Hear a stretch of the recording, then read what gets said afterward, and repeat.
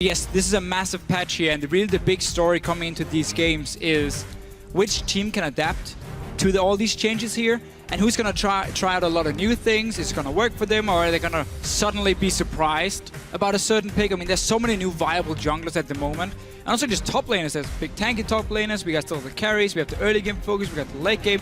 I mean, it's very, very tough to see or to say exactly what's going to happen. Yeah, and it really is not just hard to say with new patches in general, but with the week off too, we've had the teams have had a little bit more time to like kind of read up and prepare. These pick bans are going really fast, though. You can see there's a Sejuani taken away. A lot of speculation that not only is it already a strong pick prior to this patch, now it's especially strong, especially with Diamond. Yeah, I think Sejuani is going to be the best tank jungler and really one of the strongest jungle picks in the current meta.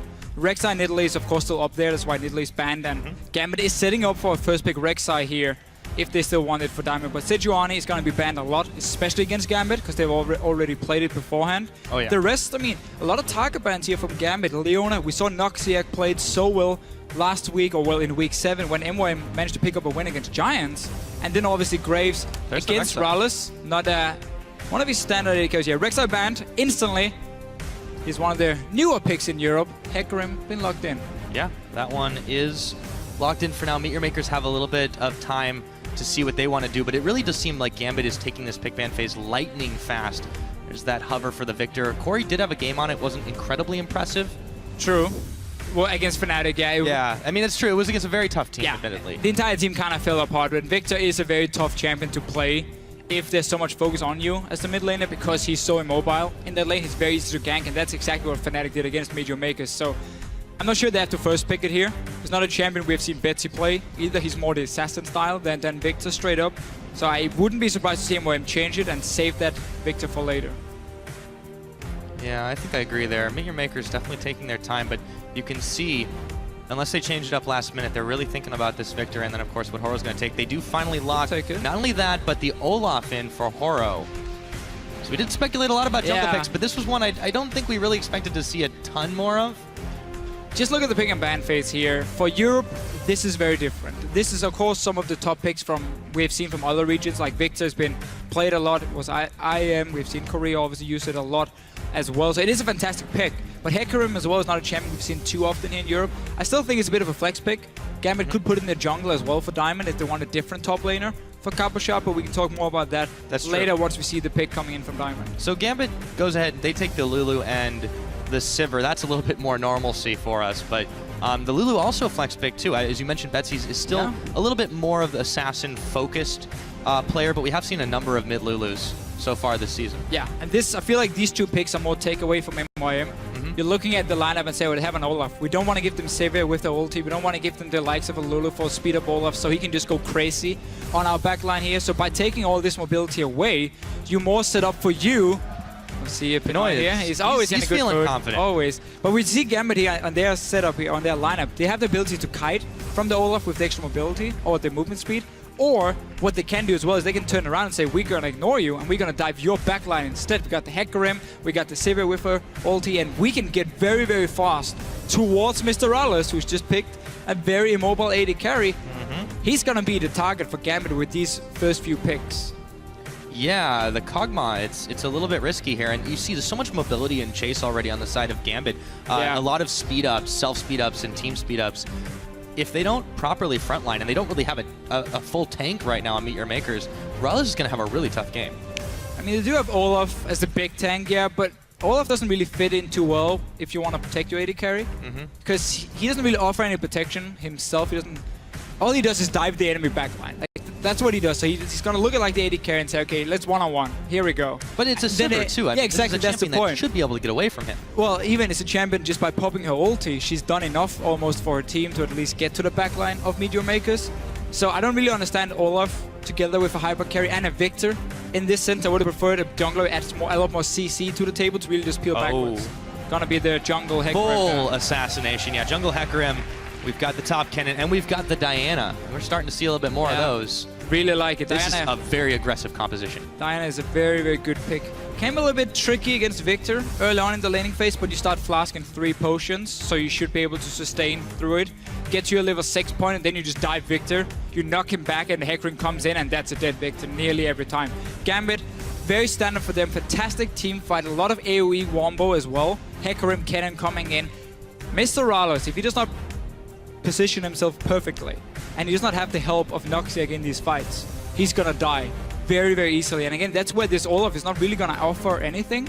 You could have talked about a Zac, a Nautilus or whatever, if you wanted more CC to peel for your hyper carry and for your Victor, because MYM have very mobile carries, which is gonna be the targets against double tank. So it's gonna be some tricky fights for them. Gambit has so many options of getting to the backline to Rallis and Corey, and not a whole lot to protect them from MYM's side with this Olaf pickup. Yeah, I agree. It's a little bit strange, a little haphazard, I feel. I'm curious to see what they do in lane with the Nami, especially, because there's going to be a decent amount of poke, but I mean, yeah, Gambit, they can be very aggressive. They can end the lane phase early if they want to. I mean, how confident can you be as Noxiac? He said in the beginning, yeah, I think I can bring this team back, but it has to start now. There's no chance of playoffs if they lose this one. And when we have seen him perform, it's been on champions where he could roam around. You don't roam on Nami. She's way too squishy to really roam in. Especially not with Kog'Maw to carry. No, definitely not. So the 2-2 lane is fine for MYM, especially once you hit like level 5, you get 3 ranks in W. For Mr. Rallis, that's fine. The lane is not bad at all for them. Problem is, you can't really roam. You need to sit there, as you just said, with your AD carry. You need him to be fed, and then you need to find a way of protecting him against a Sivir ulti and so much AoE and dive and like everything. I want to see how MYM plays it. I'm not sold from the pick and ban phase. Yeah, well, Yamato Cannon didn't seem to have too many troubles. Smile on his face there as he shook hands with Leviathan. It's definitely going to be a tough game. Gambit, you can never really predict exactly what they're going to do, whether it's a good day or a bad day. But why don't you guys let us know your predictions? Let us know if you think Meet Your Makers can pull off the perfect run through the end of the split and keep their playoff hopes alive by tweeting us at LOL Esports with the hashtag GMB win or MYM win. We'll check on those results. But for now, the crowd is pumped up. It is the start of Week 8 of the European LCS, and we're onto the Rift. We already see again, Olaf was played before here in Europe, but obviously now with the Cinder Hulk, it's gonna be a fairly strong, you know, champion in itself. Question is just how much can Horo add to his team here? That is the question indeed. We'll see how this one starts off. So far, looks like we could be in for some standard lanes. Edward going a little high up as they fan out in the formation. But as this one gets underway, we did take a little bit of time beforehand to catch up with Betsy regarding his recent performance in the LCS. In the beginning, it was really good because I went like 10-0 or something on Ari, and I got so much messages after that. But now I feel like I'm not playing that well compared to before, so I need to step up. A few doubts there. We'll see if he can pick this one back up. I mean, he's in a little bit of a tricky matchup in this time around. He is, but he should be fine. He's not starting Flask though on Diana, which again, against the Victor, you're gonna take a lot of poke damage in this lane, so let's see how he plays it. A lot more aggressive from Betsy, but his IM performance, he played Twisted Fate in both the games, and honestly, it didn't work out too well for him. But it's also Gambit as a team who struggled a lot. Now Eddie and Pinoy invading in, getting a deep ward to spot if anyone is starting here on the Wolf Camp, and yeah, they see the J-Wa on Maokai was trying to set up for an early level 2, and they managed to stop it just by placing this ward, so they prevent a good start from J-Wa. A lot of trinket wards pop to begin this one. So J-Wa can still do the small raptors over here, or give them over to Corey in the mid lane, just by throwing down one sapling, and then potentially like an E from Corey. That should be enough for him to clear out the camp. Oh, the small ones, you always leave the big one, so it gives him, there we go. Just as you can see, about 40% XP towards level 2, and he can still return to lane before any minions dies. Any of the minions dies. Here, one of the strong things about Maokai. And also, even better in this patch, honestly, with Righteous Glory being buffed, now gives 150 more HP, so 650 in total. So that's great for Maokai players. Yeah. And also, it is a good pick into Cannon, because you got your ulti to counter his ulti, and at the same time, if you can engage on the Cannon, he will never get to your back line, and you can simply lock him down with the Maokai. So I like that pickup at least by MYM. Yeah, we'll see how that matchup does go on. For the time being, though, we're going to take a look at the middle and the bottom. Betsy taking a little bit of abuse from Corey to start this one off. He is returning it back with a couple of those Crescent Strikes, but still could be some trouble for him going on forward. Yeah, we see how he plays the lane early on here. He really want to push it into the tower. Again, he's not running Flask and Potions like we normally see in Diana in the mid lane. Instead, the Dorn's Ring. So it really tells me he's going to play so aggressive, and that means Diamond has to be nearby to protect him. Olaf is... To be fair, Diamond can be nearby all the time. Yeah, that's true. He's on Hecarim, so he has a lot of mobility here. He can really move around fast, but we can see Betsy just keep pushing the lane. Olaf prefer normally to sit and farm to level 6 to get your Cinderhulk and you become a bit tanky. But you can go in and punish Diana. She's immobile, land one axe, she's slowed down, and then Corey can deal a lot of damage. Yeah. See Betsy again, he's pushing into lane. He's trading okay right now. And meanwhile, on the bottom, it was for a while they were pushing in pretty hard too. Pinoy and Edward were making it a little bit rough for Rallis, but he has caught up on some farm. Horo down in the bottom, going to be taking his own blue buff a little bit slower to clear these things out. We'll see where he does decide to make a move if he does focus on the mid lane, help out Corey. Rallis back in the bottom, still taking some pressure between Edward and Pinoy. Yeah, the first few levels are going to be in favor of Gambit. Lulu is always one of those supports who deals a lot of damage through the first few levels. But then the damage really starts falling off for her, and it's going to be more about her utility she brings towards the late game itself. So you need a few levels here for MYM before you can really start trading effectively. I think Horo got it. He did. Barely though. Eddie tried to steal it. Quick roam there. Corey's the one who's being a little bit pushed back in this lane, but again, he's not really suffering for any farm. Gambit aren't really denying anything here, although Rallis taking a lot of damage now, forced to pop the heal as Eddie chased him pretty far in. Pinoy got himself fairly low in that engagement as well. Jero did have a good start to the lane, but now Coppershot with the freeze and Gambit winning the fan vote. No real surprise, I guess. Yeah, they're definitely the favorites in this situation, despite the IAM results, of course. Getting back into the LCS, they are facing off against the current last place team. And we'll see if that does prove true. It is funny with MYM because the few changes they have made to the lineup, or the recent changes I think we can say, honestly it's been pretty effective for them. JWoww has been a good top laner, and we've seen Noxiac at least in the week 7, had some good games. So I feel like it's been some okay changes. Question is, was it too late? Did they do anything? Because they are still sitting at number 10. They need to win one more game to tie with Giants and Rocket.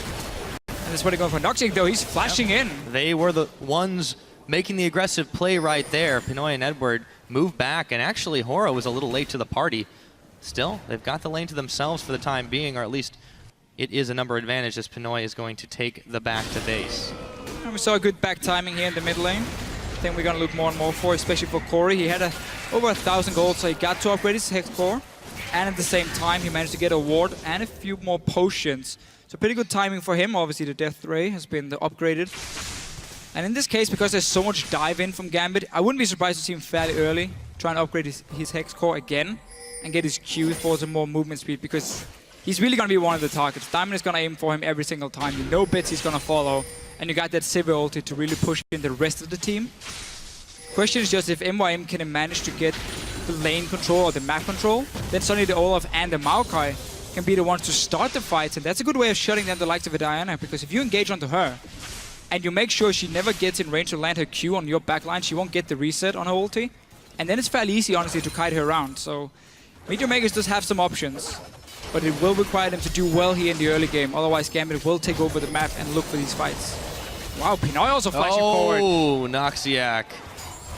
He was a couple slices away from being turned into sushi there. Some bullying pressure from Pinoy. Gonna force the back. Gonna be able to push the wave too. That's one thing Sivir really does well in lane, is push this in, but unfortunately for Gambit, they've timed this, just to the point where Rallis is just about to come back, so he'll be able to freely gobble up all those minions. And again, he hasn't really been pushed back too far, and a champion like Kog'Maw, he doesn't have too rough of a laning phase. That's usually a good sign for your team. It's a good start for Rallis on his bottom lane in terms of his farm going towards the Trinity Force phase first. Betsy not been punished in his mid lane. He's been pushing it over and over. No ganks coming in, but Diamond hasn't really shown himself either. That's why Meteor Makers has had to play fairly careful, because you don't want to risk like diving in with an Olaf and then suddenly Hecarim shows up and turns the fight around. So because Diamond had just been power farming, and Horo's been trying to do the same, we haven't really seen anything go on around the mid lane. Looks like Diamond here for himself, going towards the Cinderhulk on Hecarim. Just going for the tanky route, not a warrior enchant. Well, the Chilling Smite, though, same can be said of Horo.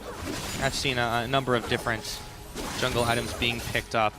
Diamond, of course, at IEM kind of favored the skirmishers, didn't really work out well for him. Is also kind of curious on the champions he picked, too. Yeah, it's been basically his own style, I think it is, with the skirmishers. And the current meta here, you can do a lot of things that nobody else really does and it can still work. Because there's so many viable options. I do like the chilling smart on Hecarim because you steal the movement speed, which obviously fits well with your own passive. And again, for him, it's also going to be diving Rallis and Corey in these fights. Eddie here, been poking a bit in the bush. Diamond is down here. He's only on 50% HP, so he needs to be fairly careful if he goes for any ganks. Very easy turnaround. I think he was spotted. MYM can see him now at least. They're pinging him on the minimap, so it's going to be an easy blue buff for them. Pushing that one in. Getting over to Corey, denying that from Betsy. Yeah, there has been a good amount of jungle espionage this game, just moving sneakily in and taking away buffs, taking away camps, or at least attempting to, and grabbing the vision as well. So Corey, blue buff in tow, heads back to lane, defends the tower now, as Betsy has gone away. Uses the Death Ray, and he is pushing up very far forward with these minions without the wave at his back, but he knows that Betsy's back, so he's not really in danger of being 2v1. No, that's fairly easy pushing for him. Let's see how much gold. He's sitting on 1200, so he can go back to base as well. Betsy is going from a real Nomicon on a Diana. That's a new one. And I don't agree on it. I really would prefer if Betsy right here would just go for Abyssal Scepter into an Hourglass. Because there's a fair chunk of magic damage on the side of Meteor Maker, so Abyssal Scepter is going to do him a lot of good stuff. And then the Hourglass 74 more diving potential.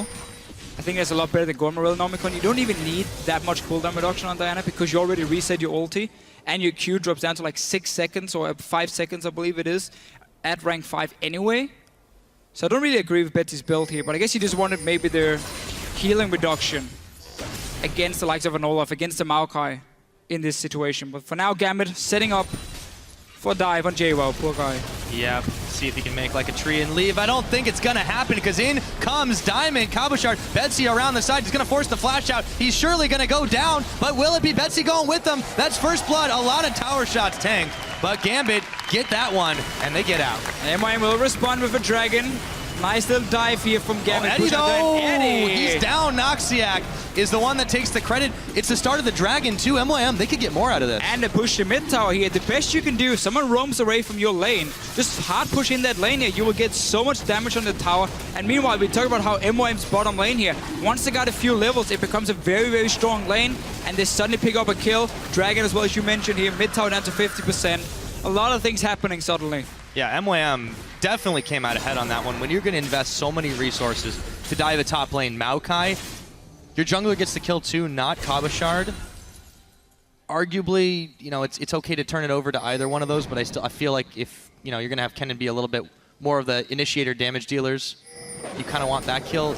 At this point, MYM are looking pretty good. Yeah, also just the setup for Gambit took quite a while to set up, or to start, I think we can say, how they were moving from the mid lane, moved around the enemy red buff, through the golems as well. So it was like the long route that to take all the way up to JWoww. That bought a lot of time for MYM to say, okay, what's going on here? Can we push the lanes? Yes, we can. Can we start a dragon? Can we fight in the bottom lane? Because we know the jungle is nearby. Yes, we can. And they just gave them so many options, and they took full advantage of it. And honestly came out ahead from it, just because of the kill they got on Eddie in the bottom lane. Looks like Diamond wanted that Phage instead with his Ruby Crystal. Again, also the standard we have seen on Hecarim. Not on jungle Hecarim though. Trinity Force is a very expensive item for a jungler. Takes a while to ramp up if you want to go that route. But just getting the Phage itself is smart. Because again, it gives you the extra movement speed, which does so well with your passive. So I wonder if he's just going to sit on that for a while and now build tank from here, like we have seen some of the top lane Hecarim players do. Still the first or second jungle Hecarim we see here. I believe Airwax played it a few weeks ago, and it crashed and burned. Well, Diamond is hoping that that doesn't happen for him as well. In the meanwhile, half this tower and a little bit more has been taken down as Horo and Corey are showing their muscles. Betsy, here we go. Diamond is going to charge in, but he's actually just more interested in the minions clearing that away. Tower has taken quite a lot of damage 12 minutes into this game. There has not been one fallen yet, but we have had some action. And Horo has been allowed basically to just sit in his jungle and farm. Didn't gang a single lane. He's completed the Cinder Hulk now. Obviously our new jungle item here on 5.5 for jungle enchant. So you will get that 25% bonus HP, which is so great on an Olaf, because you tend to stack HP anyway, and then it makes you extremely strong going towards the late game. Question is just, can the rest of your team follow you? Because you don't really offer a whole lot of protection for them. You are the one diving, the enemy AD carry. Well, certainly, Rallis probably won't be the one following, But yeah, the real question is how well is this going to stack up in the team fight? So far, it's just kind of been miniature skirmishes, lane battles. Yeah. And, you know, they've gone a little bit back and forth, of course. You know, only a couple of kills. And still, good presence of mind. There's a lot of wards down on that bottom side, but that first dragon belonging to Meet Your Makers is going to give them a little bit of an edge and some confidence in this one. Betsy now pushing forward in the jungle. Horo's going to sight him out, though, and throws an axe his way. That'll chase him out. So we have to remember Betsy on this Morel Nomicon. Fairly squishy compared to what you normally see on a Diana. You need some tanky stats. Because the way for you obviously to deal damage, especially in the late game, where so much comes from your passive, where you gotta get these auto attacks down, you're gonna have to sit in the fight. You cannot just jump in and out. Once you're in there, you need to get the 3 hits, proc that passive, you get insane amount of burst damage from that. And if you're building a fairly squishy build, it makes it tough for you to really get in there. For sure, of course, MYM has some okay disengage on their side. Even Olaf, I guess, can add some kiting, which is not really ideal for him, seeing as the axe, he won't be able to pick it up if he's kiting and running backwards. That's consistently slowing targets. And we see how, as we mentioned earlier here with Corey, how you can get your second upgrade on your Hex core fairly early if you need to peel for yourself, which he will be doing in this situation. So he already upgraded the second one and obviously gone for Q. So gets that extra movement speed now for Corey in the mid lane. Very early. Double upgrades. Yeah, and of course, you know, kind of a no-brainer to go for the Abyssal. He's got the magic resist starting already. The Negatron cloak. Pick that one up just to be able to trade a little bit more effectively with the Diana. So far hasn't had too much trouble. Oh, look at Diamond here again. He's really going fully towards that Trinity Force. Some makings of a Sheen, unless he wants to go Frozen Heart as his second item. A lot of things going on, but he's not been upgrading to any Enchantment Warrior, not Cinderhawk. That means he's not getting. He's not really using how gold efficient that item is, depending on which one he wanted. So instead, he's just sitting on the Stalker's Blade. Still getting that 30 gold per large minion. It is a little bit curious. Let's see if he's able to make something happen here. No, Corey is going to be able to get away as a teleport actually gets canceled by JWoww. Betsy and Diamond have already been chased off. Yeah, I feel like it's really hard to tell exactly what, especially in the build order, what Diamond is going for. Just because he does so many strange things that somehow work out in a lot of ways. But, you know, then occasionally they're going to fall flat. And you got to wonder, we haven't seen too many jungle Hecarim's, and we've certainly not seen this build path for it. You got to wonder what he's going for. Yeah, I just don't think he needs a Trinity Force. You have already 3 carries basically on your team. You have plenty of damage. I would much rather see him go like tank from now and be like the big front line for Gambit, because you got plenty of damage, you got plenty of tools as well of really putting your carries in a good position to kill someone. But if he gets to just sit and power farm, because he is ahead in farm compared to Horo, and nothing really happens for the next 5, 6, 7, 8 minutes, he might be able to get that Trinity Force completed in decent time. But Betsy now is being chased off. Capuchat is hiding in the bushes. No wards from MYM in the river here, so they don't see him, but they do of course know he's not been showing himself in the top lane. They also have a lot of those wards placed in the bottom side, so they're going to be able to spot when Gambit's moving through the jungle, and here they go. That one's going to get cleared out by MYM. Dragon's 10 seconds away, and this might be when we start to see the action happening. Teleport is available for Cabochard, but of course JWoww, he spent his to just try to scare off Betsy and Diamond earlier, so there will be that advantage. She better start running if they want to make this a 5v4. Betsy, though, is going to be the one charging in. Horo doesn't take any damage, and the Crab is taken down in favor of Meet Your Makers. Looking good for this Dragon. Got some good deep wards, as you mentioned earlier. Mid tower. This is basically because Betsy had that roam to the top lane where Corey pushed it in, took 60% of the HP on the tower. So it means for Meet Your Makers, even if there is a dragon fight happening, or maybe if Gambit is baiting the dragon, Meet Your Makers should be able to very quickly go mid lane, take down that tower here, and at least trade that one. But in terms of the team fights, again, we're going to have Gambit with the dive in, we're going to have Meet Your Makers trying to really kite back at first, and then send in Horo kind of on his own, or maybe joined by JWoww, to keep the likes of Cabochard or Betsy busy. But it's going to be tough, because they will obviously try and ignore these tanks here. And Betsy is still trying to trade. Remember, he's fairly squishy. He went in really early. That forced the wild growth. And he's going back in again, but this time the wave's going to be on him. Gravity field coming down. It's Betsy who's taken down by Corey and Diamond. All alone by himself. Tries to get back to the team, but the Death Ray will take him out. It's a 2-for-1 trade, as they lost Noxiac in that. Yeah, fairly easy for Meet Your Makers here to kill Diamond and Betsy. Remember, they're building these fairly squishy builds for themselves, so when they dive in, if MYM just has proper focus, they're gonna kill them, like we just saw here. Took them a few seconds to take down Betsy, then Diamond followed. Dragon now for Meteor Makers. That's number 2. I mean, It is number 2. Mid tower will go down as well. It's one hit. Doesn't even matter who hits it. It's gonna die. And that's even more global gold then for Meteor Makers. So with these squishy builds here, Gambit suddenly won't really be in a position to team fight. And instead are gonna have to look for these picks, or maybe one-on-ones.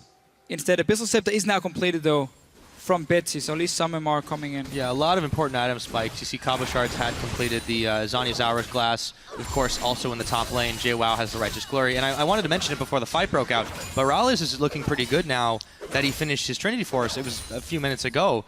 I feel like this is the Trinity Force spike, especially on a champion like Kog'Maw, is even more important than, like, you know, say completing the Infinity Edge, just because if you can sufficiently protect him, which so far hasn't really been an issue, it just gets really, really irritating for Gambit to just try and deal with running into a hail of, you know, everything, the Bioarcane Barrage, etc., etc. Yeah, gives a lot of good stats for him for sure. Also makes him one of the hyper carries who can perform pretty well in the mid game. Not like a Caitlyn who is good early, then terrible mid game, and then obviously strong getting in the late. Horo, he's just back to farming. Giant Build picked up. Really trying to use the Cinder Hold, 25% bonus HP passive. Currently, it's giving him about 200 extra HP on this Olaf. They're gonna have to need a Locket though on MYM side against Diana and Kennen for extra protection. And obviously, we mentioned how Maokai on this patch is even better with the Righteous Glory buffs. It's already been picked up for JWoww. So a lot of tools here for Meteor Makers to either kite the fight to try and engage in. Obviously, Victor is one of those champions when he's running Ghost and Flash who can follow and really add him. Oh. Diamond now, he's going for Corey. Yeah, he runs right through the gravity field. Corey could be in some trouble. He's going to Flash and Ghost to bail out away. A couple of summoners blown. And that pink ward still lives. If you want to go into the enemy jungle and clear a ward, have your friends near you so they can help you. Instead though, Caboshot, JWoww, they're trading. Horo is in the push up here. Not spotted by Caboshot. He does have Flash ready, however. Uh-oh. See if he has to use it. Got to see. No, if he Oh, yeah, since they're he's gonna have to tingling. blow No, the axe lands right in his face, and he's going to have to Lightning Rush and Flash. But Horo still thinking about chasing. He backs away after the Ragnarok was blown. Still, a summoner utilized in all of that. MYM really on the aggressive so far. I like it. I like to see a team like MYM. Yes, okay, they're number 10 in the standings, but They've not got a ton to lose, I suppose. As we mentioned with these new changes, it feels like they got a bit of a kick in the butt. And they're like, hey, we can make plays. We are good players here. We don't have to just sit back and wait 20 minutes and then we can say the game is over. No, we can honestly go in and we can challenge you.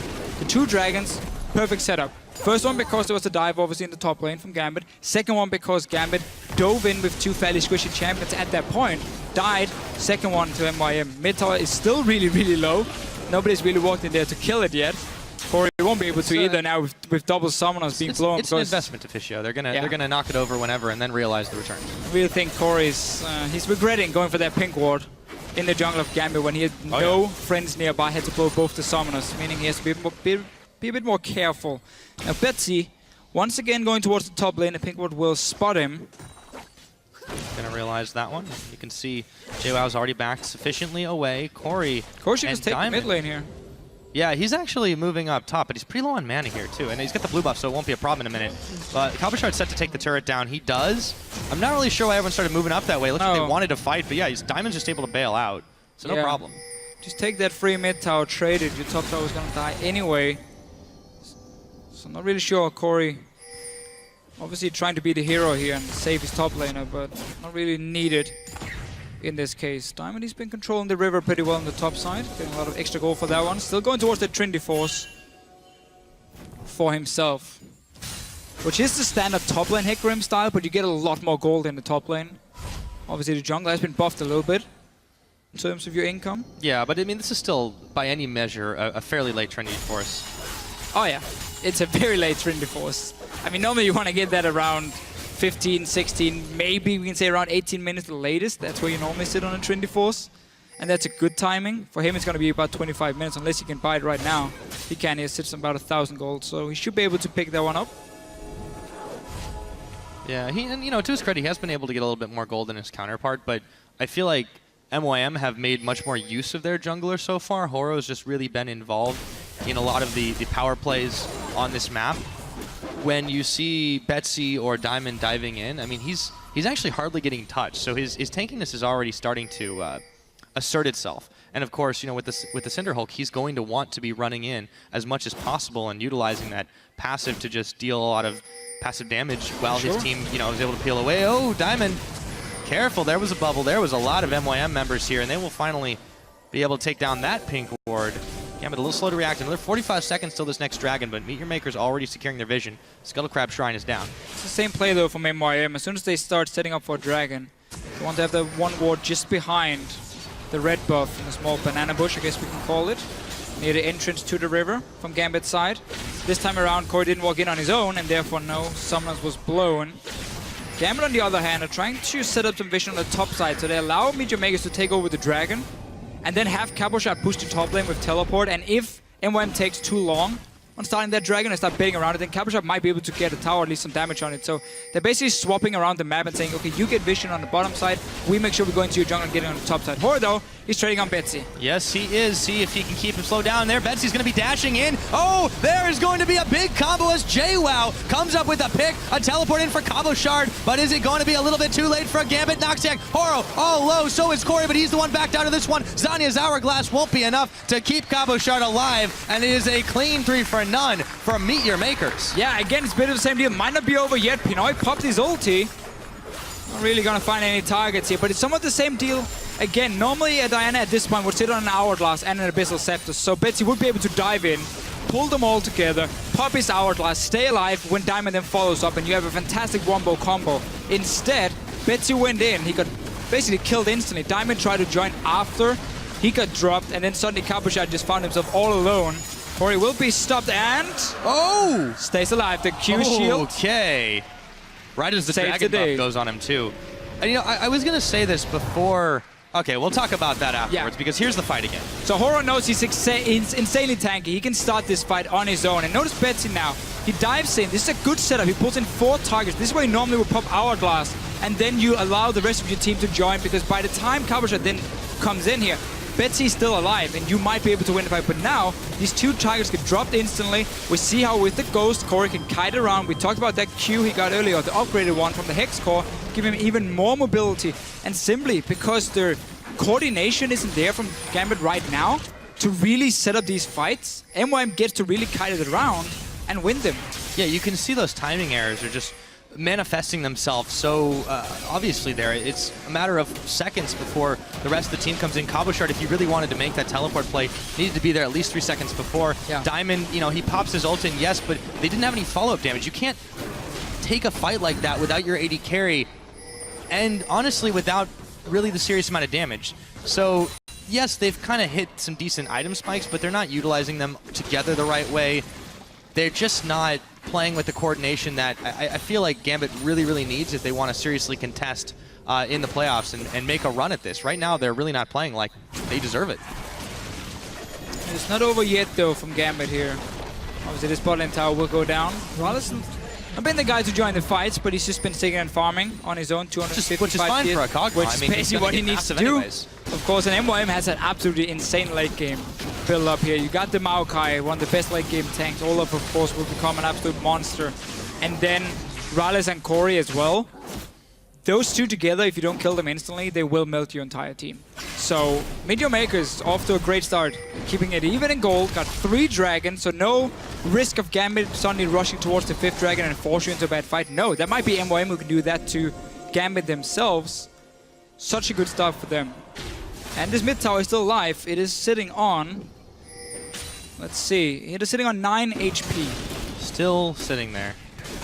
And the counterpart tower is starting to get a little bit low, but Meet Your Maker is able to push that one back. A lot of members of Gambit up on this top side trying to push in the edge that they do have. Tower's going pretty low. There's a bubble. It's going to be spell shielded out by Pinoy, but JWoww coming on Twisted Advance onto Cabochard, who's taking a lot of damage, and they've given him up for broke. Meanwhile, Corey, Horo, can they take him out of the shutdown? That is going to go over to Betsy, but Horo has there. The cavalry has arrived. Pinoy is being chased back, but can he kite it out? There goes the Boomerang Blade. Noxiac and Rales are still there for the chase. It's so far a 1-for-1, but MYM have defended their tower, and they push Gambit out of their jungle.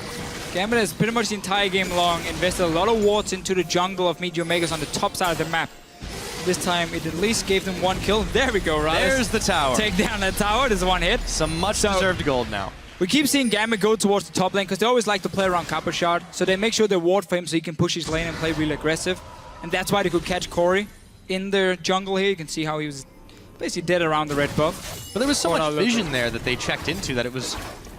well, for Gambit, they were able to keep that one on their side. I feel like MYM still knew exactly what Gambit were up to in that situation. They were able to react. They were able to make a 1-for-1, and they saved their tower. Yes, you got shut down gold onto Betsy, which is massive for Gambit. But he was already at 4-1, and it's kind of scary when a Victor and this whole team comp starts to get rolling. Yep.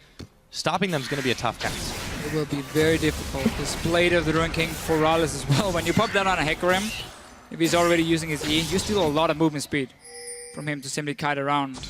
So only Noxiac there to really protect him in the backline leads. And now Diamond is looking for them. Noxiac, he will get him. Knocks him back. There is the gravity field. He moves out of it.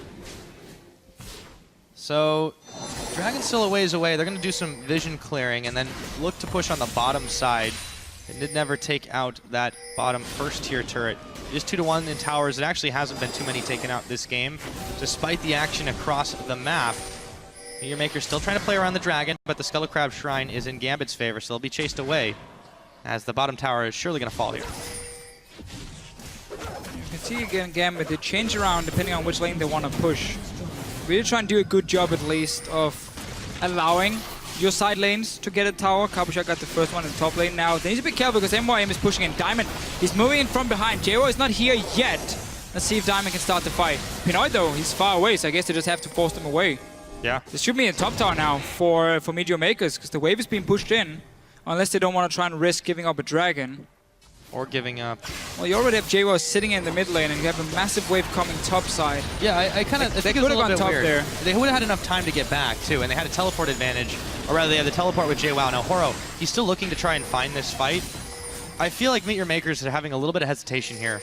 And even though they got 3 dragons, you know, it's not the end of the world to give one up if you're going to get something for it. Yes and no. You don't want to give the first dragon, because it's the 6% AP and AD, obviously, to Gambit. And you want to have that 5th dragon as a way of you really snowballing the game. So honestly, what I think they did is they said, we know the minions will do enough work, or at least force someone from Gambit to come and defend. So we're going to let those minions do their job, and we don't want to give up... Oh, it was so low. Yeah, there we go. It's going to take it anyway. And we don't want to give up dragon control. So honestly, it was the right call from them. Looking there saying, okay, we don't have to, let's go down to dragon instead. They set up the same few wards as always. Capuchat does have teleport ready, and all the ultis are here for both teams. Yeah. Dragon has been started. Diamond is recalling though. So Gambit is going to give it up again. 4 dragons to 0 now.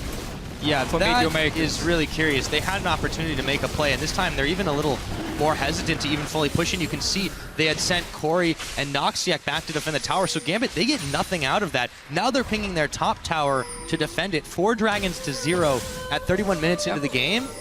I mean, this is troubling for Gambit. They usually give up some dragons, but not this many. This was just such a good call by MYM. Allowing the minions to do the work while they secured their 4th dragon. And they might even get back in time. There's nothing Gambit could do to push, because all the lanes have been pushed down towards them, so there's no opening to try and trade for a tower. So really good shot calling here. I think that's been a problem for Meteor Makers all split long. It's been the decision making, the shot calling. Looks a lot better in this game here at least for them, and now we can see how Corey has fully upgraded his Hex core. Currently giving him 156 AP and obviously get his W and his ulti to travel a bit faster. Yeah, despite the individual, or on top of the individual performance being, you know, pretty good, which I feel like MYM have generally had, I really like the way that they're playing together and around each other as a team and grouping up, especially for these fights. Look at Noxiac, for example. He's got 100% kill participation on this Nami. He has been moving around despite the fact that Rallis has been relatively safe. It's not been because he's been leaving him out to pasture. He's been moving quite a lot back and forth to try and defend every front that they possibly can. And as a result, MYM, and this is why they're up this game. Because they've been allowed to. Yeah, that's true. Gambit haven't really... No, I agree 100% on your point, but properly. I'll give you that.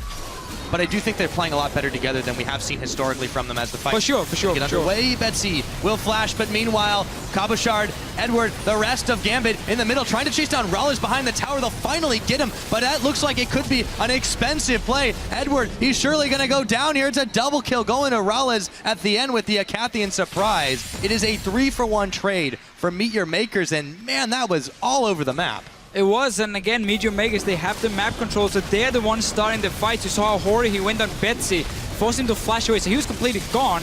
That removes a lot of the dive potential Gambit does have. Yes, okay, they managed to kill Mr. Rallis, but it took them such a long time that the rest of MYM could just clean up a few kills. Started this Baron here, they should be able to pick it up. Cabochard and Betsy not really able to do anything. I love how Corey has just been constantly zoning, not just with his gravity field, with the death ray. Noxiac helping out as well. No chance for Gambit to get in here and try to contest this. They didn't have the smite anyways, but let's see how that fight unfolded. That was nuts. So again, Meet Your Makers, they have control of the map, so they're starting the fight first. Mr. Rallis does get caught out a little bit, but now he's just cutting back to his tower. And you can see how everyone from Gambit is trying to kill him. Even Eddie, the support, is running in there to get the killing blow, but that means once the rest of MYM returns, you have nothing left you can do. You've invested everything onto killing one guy. And that's why MYM could win the fight, get the Baron, and they're back and they want to fight again. Yes, they do. The bubble's not going to land, but Edward and Diamond are a little bit low. All the same, Living Artillery, the wave is going to go up. It turns on Eddie. Horo's going to get the kill, and they pick up Diamond anyways. Meet Your Makers just rolling through the jungle, and they should be able to secure another tower here. Baron buff minions as well. Be inhibitor for them. And remember, they still got that 5th dragon coming up, so... Yeah, I mean, that's just icing on the cake at this point. Gambit, they're being shoved in so hard. 34.5 minutes into this game, and you can just see how well they've been able to scale up. Inhibitor, easy peasy, and they continue to control the map. What a change it's been for Meet Your Makers picking up Noxiac here. I'm not sure what these European supports do to you. Kasing joins H2K, they win like 8 games in a row. Noxiac joins MYM, and suddenly they look a lot more decisive. He was the guy making the play in the bottom lane to give the first kill on Eddie as well. So really big change for Meet Your Makers, looking a lot better than they've done all split, and they are not out of the LCS yet. This win would tie them with Giants, as long as Giants lose later today, where they play SK Gaming. Right, they're not as far back as they may have been. No, suddenly you are fighting here to avoid the auto relegation. If you are number 9 or number 8, you have to play relegation against some of the challenger teams, which of course we're gonna see later on after playoffs here in EU. Let's not get too far ahead of ourselves, but for the moment, Meet Your Makers, yeah, they have a real chance to keep going on this one, and they're really playing like they want it. I mean, again, it goes back to having these changes eventually starting to work out for them, especially finding what it seems like the final puzzle piece in Noxiac. Don't know exactly how much impact he's had on the team's mindset, but it certainly seems to have been a massive positive upswing over the course of these weeks now. Sometimes getting a new player just gives you some new motivation. He may be coming in with, you know, some different views on how to play the game, some different calls. Well, and maybe individual play too. The playmaking has been there that it just wasn't previously. Sometimes just when you make a change and you start winning a few scrims, you get a lot more confidence, and suddenly you start believing in what you're doing, despite being number 10 in the LCS. And that can be all you need. Pick up a few wins, end your losing streak, and then we see Meet Your Makers now.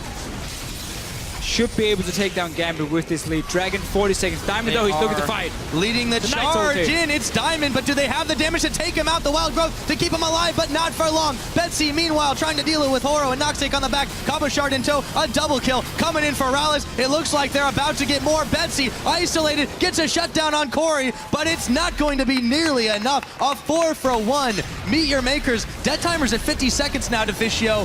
They look like they might want to end. They're pushing in. They got a few minutes here. No super minions yet, but they're coming down from the mid lane.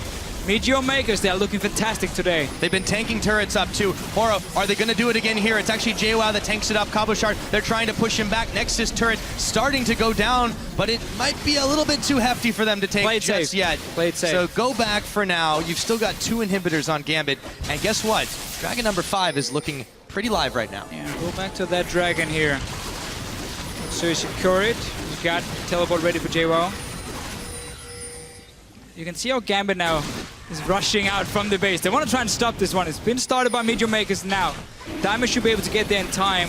But JWoww is teleporting back in. Corey's not there. Same can be said for Betsy. It was a bit greedy to go for clearing out the jungle so far, but they are zoning Diamond away. Look at that, the bubble is on as well. Vengeful Maelstrom for JWoww after he teleported in, trying to keep them from getting in there. They do secure Dragon 5. Now this gets really rough for Gambit. Look at their health bars just evaporating. Diamond can't even get out. Rallis picks up his 5th kill of the game. Pinoy spell shields away the Twisted Advance, but JWoww still closed the gap. Pinoy now trying to run away from everything, a double kill. Meanwhile, comes in as Rallis picks up Edward, and they just keep on chasing. Now they've got them super minions starting to pile in, and with Dragon buff number 5, they've got all the tools to close this game out, Deficio. They do, just need the minions. They're coming right there, super minions. Up to the end. Yeah, they're trying. They really want to end this game for Meteor Makers here. They're staying. They have so much damage in these towers, but still 3 guys from Gambit trying to defend.